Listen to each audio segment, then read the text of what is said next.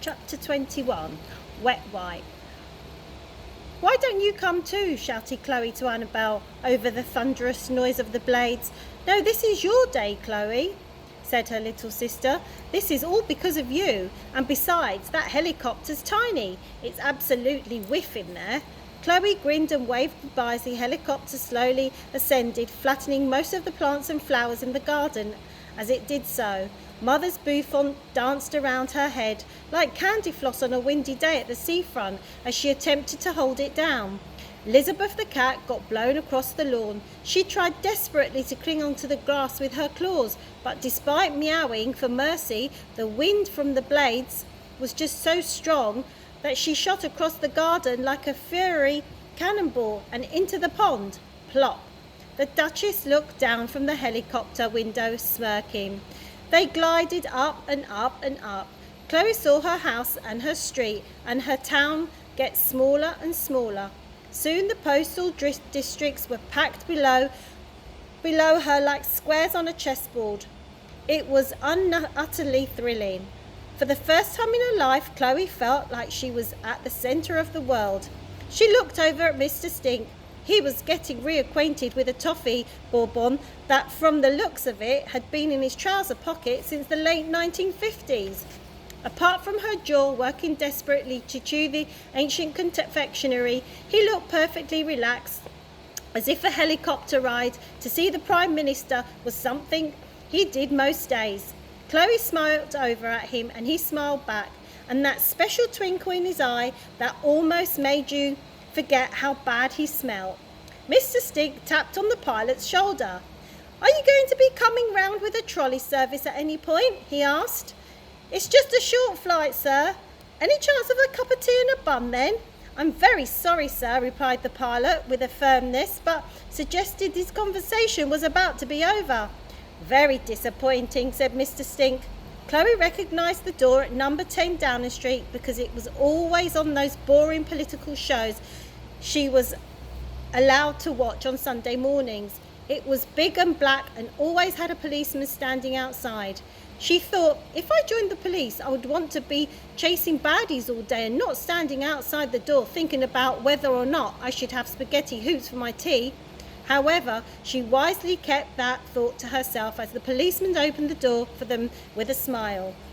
"Please take a seat," said an immaculately dressed butler. The staff were used to paying hosts to royalty and world leaders at 10 Downing Street, not a little girl and a transvestite tramp and his dog. "The Prime Minister will be with you very shortly." They were standing on a big oak-panelled room with dozens of gold-framed old paintings of serious-looking old men staring at you from the walls. The tinsel round the frames did little to counter their severe looks. Suddenly, the double doors flew open and a herd of men in suits approached them. "Good afternoon, Mr. Stinky," said the Prime Minister.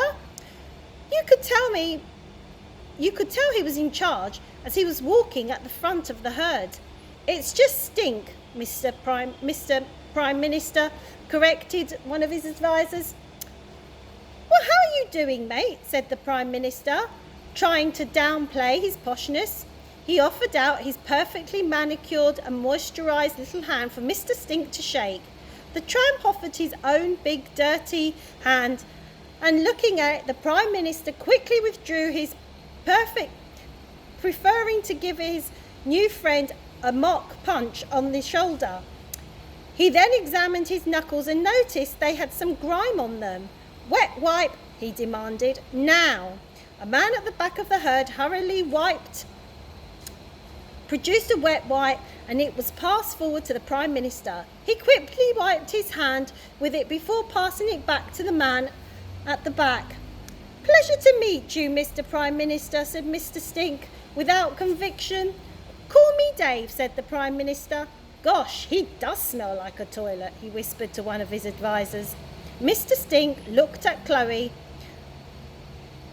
hurt, but the Prime Minister didn't notice. "So you made quite a splash on Question Time, my homeless pal," he continued. "Ruddy hilarious, ha ha ha." He wiped away a non-existent tear of laughter from his eye. "I think we could use you." Use him? Said Chloe suspiciously. Yeah, it's no secret. It's not looking good for me at the election. My approval rating with the public right now is... One of the herd hastily opened a folder, and there was a long pause as he flickered through the pages of information. Bad, right? Thanks, Perkins, said the Prime Minister sarcastically. It's Brownlow. Whatever, the Prime Minister turned back to Mr. Stink. I think if we had you, a real-life tramp, take over from Mrs. Crumb as candidate, it would be brilliant. It's far too late to rope anyone else in now, and you would be the ideal last-minute replacement. You're just so funny, to laugh at, not really with. Excuse me, said Chloe, feeling very protective of her new friend now. The Prime Minister ignored her. It's genius. It really is. If you joined the party, it would fool the public into thinking we cared about the homeless. Maybe one day I could even make you Minister of Soap Dodgers. Soap Dodgers, said Mr. Stink. Yeah, the homeless. Right, said Mr. Stink. And as Minister of the Homeless, I would be able to help other homeless people.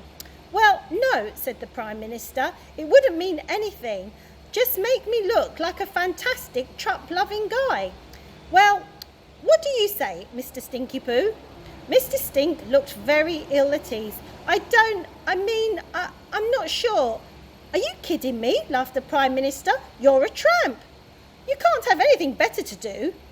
He suited herd and laughed. Suddenly, Chloe had a flashback to her school. The Prime Minister and his aides were behaving exactly like the gang of mean girls in her year, still stumbling for words. Mr. Stink looked over to her for help. Prime Minister, said Chloe. Yes, he answered with an expectant smile. Why don't you stick up for your fat bum? You took the words right out of my mouth, child, chuckled Mr. Stink. Goodbye, Prime Minister, and Merry Christmas to you all.